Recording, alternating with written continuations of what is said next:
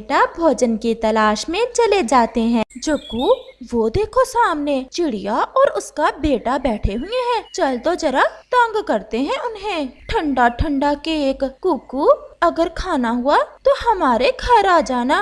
और आपने अगर चॉकलेट वाला केक खाना हुआ तो मेरे घर आ जाना आंटी जी। चॉकलेट वाला केक वो कहाँ से लिया आपने? चिड़िया खामोशी से अपने बेटे की मासूमाना बातें सुन रही थी। मेरी दोस्त मेरे सपने में आई थी, वो ही लेकर आएगी शाम को मेरे लिए चॉकलेट वाला केक और खिलौने भी। वो तो पटाखे भी चलाएगी मेरे बर्थडे पर। अच्छा, तो क्या जन्मदिन भी सपनों में ही मनाना है? ऐसा कहते हुए वो माँ बेटा हंसने लग जाते हैं। मम्मा, मम्मा, कुकू सपनों में केक खाएगा। मम्मा, कुकू सपनों में केक खाएगा। ये बच्चा है, आप तो जानती हो। गौरी, क्यों इसका दिल बार बार तोड़ती हो आप? बताऊं, मुझे बहुत मजा आता है जब इसे दुखी देखकर तुम भी दुखी हो जाती हो। ऐसा कहते हुए गौरी और जग्गू वहाँ से चले जाते हैं। चिड़िया और उसका बेटा भी भोजन लेकर वहाँ से चले जाते हैं। अरे कुकू, आप घर की छत पर क्यों बैठे हो बेटा? मम्मा आप जाए, मैं अपनी दोस्त का इंतजार कर रहा हूँ। मेरी दोस्त को कैसे पता चलेगा कि मेरा घर कहाँ है? कुकू की मम्मा हंसते हुए घर में चली जाती है। शाम भी होने ही वाली है, न जाने मेरी दोस्त अभी तक क्यों नहीं आई। ऐसा भी तो हो सकता है कि उसे चॉकलेट वाला केक ना मिला हो। वो छोटा कुकू ऐसे सोच रहा था कि अचानक से उसका ध्यान दूर जाता है। वहाँ तो कुछ तितलियाँ एक बड़ा केक लिए उसके घर की दिशा में आ रही थीं। वो बहुत खुश होता है। मम्मा, मम्मा बाहर आए, मम्मा बाहर आए, मेरी दोस्त आ गई, मेरी दोस्त आ गई। वो तितलियाँ तो तेजी से उसके घर की दिशा में बढ़ रही थीं। कुकू बेटा, ये तो सच में आपकी दोस्त आ गई है। दोस्त, मुझे पहचाना क्या? मैं कौन हूँ? मैंने पहचान लिया, आप मेरे सपने में आई थी। आप मेरी दोस्त हो ना? हाँ, और ये सब मेरी सहेलियाँ, ये सब आपके लिए। अब हमें अपने घर नहीं लेकर जाओगे? आओ आओ बेटा, आप सब घर में आ जाओ।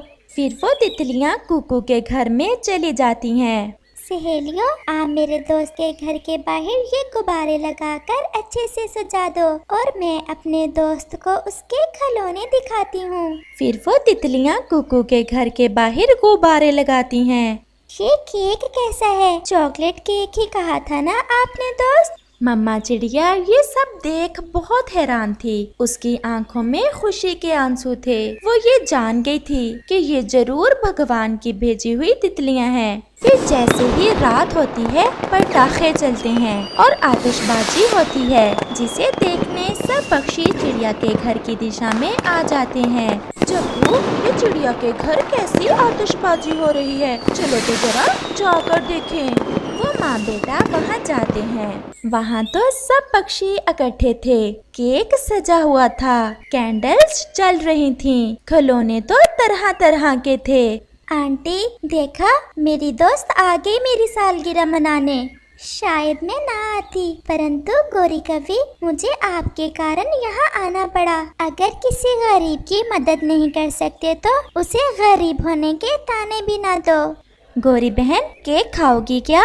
परंतु गौरी तो मूर्ति बनी हुई थी, वो तो कुछ बोल ना रही थी। फिर गौरी कव्वी अपने बेटे को लेकर वहाँ से भाग जाती है और सब पक्षी कुकू का जन्मदिन धूमधाम से मनाते हैं और मिलकर केक खाते हैं। इस कहानी से हमें सीख मिलती है कि हमारे आसपास बहुत से गरीब ऐसे होते हैं जो अपनी छोटी छोटी खुशियाँ भी नहीं मना सकते। हमें चाहिए कि हम अपने आसपास मौजूद गरीबों की खुशियाँ मनाने में उनकी मदद करें। दूर किसी जंगल में एक चील रहती थी। वो बहुत बुद्धिमान थी। वो अकेली ही रहती थी क्योंकि उसका पति और बेटा एक हादसे में मर चुके थे। इस बात को काफी समय बीत गया था, इसलिए उसका दुख भी समय के साथ साथ कम हो गया था। बाकी चीलों की तरह वो भी हर रोज शिकार पर जाती और जो भी कोई छोटा पक्षी मिलता उसे पकड़कर खा जाती। ऐसे ही एक दिन वो शिकार को तलाश कर रही थी, लेकिन उसे कुछ भी नहीं मिल रहा था। फिर उसकी नजर सामने एक पेड़ पर घोंसले पर पड़ती है। उस घोंसले में 2 अंडे पड़े हुए थे।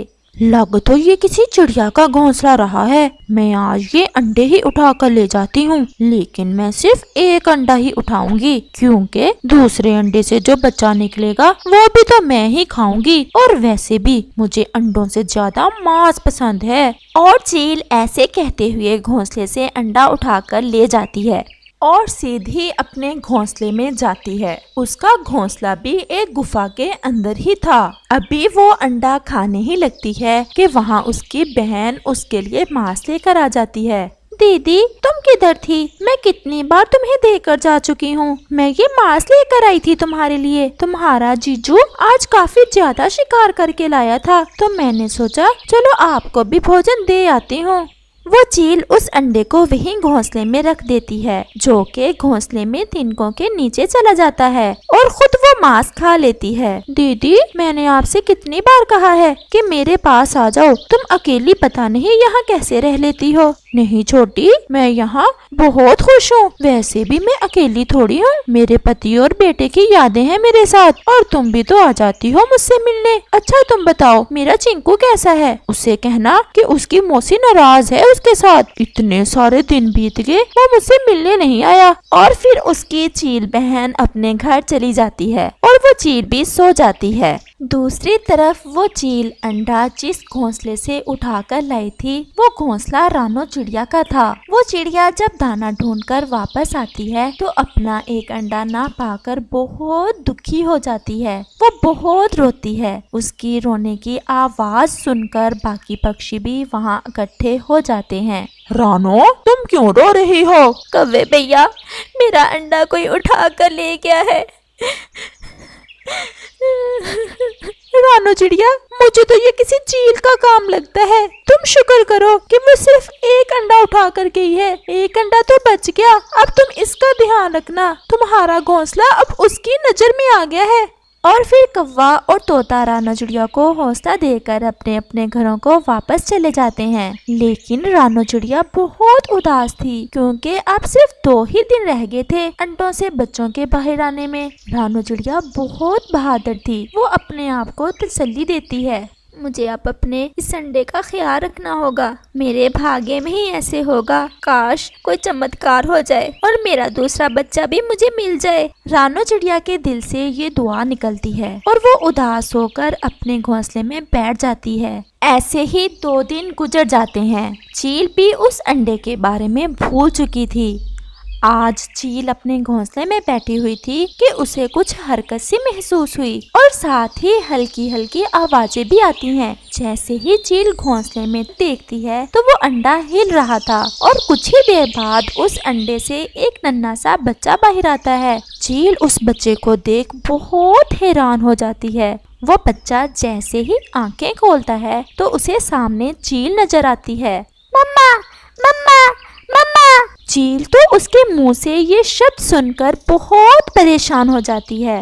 वो बच्चा फिर से कहता है, मम्मा, मम्मा, मम्मा। चील की आंखों के सामने वही दृश्य आ जाता है जब उसका बच्चा अंडे से बाहर आया था। उसने भी ऐसे ही उसे मम्मा कहा था। चील की आंखों में आंसू आ गए थे अपने बेटे को याद करके, जो कि 1 साल पहले तेज तूफान में एक चट्टान से टकराकर मर गया था। मम्मा, मम्मा, मम्मा। चील जल्दी से अपने ख्यालों से बाहर आकर उस नन्हे से चिड़िया के बच्चे को अपने साथ लगा लेती है। चील की ममता जाग चुकी थी। वो उस बच्चे का ऐसे ही प्यार करती है जैसे उसने पहली बार अपने बच्चे का किया था। वो उसके लिए दाना ढूंढने जाती और बड़ी मुश्किल से गंदम का दाना ढूंढकर ले आती है और आकर उस बच्चे को खिलाकर सुला देती है और खुद सारी रात उस सोए हुए बच्चे को देखती रहती है। इसने आज मुझे मम्मा कहा, ये मेरा ही बच्चा है, मैं इसे अपने बच्चे की तरह ही पालूंगी। वो उस सोए हुए नन्हे से बच्चे का बहुत प्यार करती है। अगले दिन जब वो चील उस बच्चे के लिए दाना ढूंढने गई होती है तो उस चील की बहन आती है और जब ये देखती है कि चील के घोंसले में एक चिड़िया का बच्चा बैठा हुआ है तो उसके मुंह में पानी भर आता है। वाह, आज तो दीदी चिड़िया का बच्चा शिकार करके लाई है और वो भी जिंदा। चलो जब तक दीदी आती है मैं इसे मार देती हूँ, दीदी खुश हो जाएगी कि मैंने उनकी मदद की। वो चील की बहन जैसे ही उस चिड़िया के बच्चे के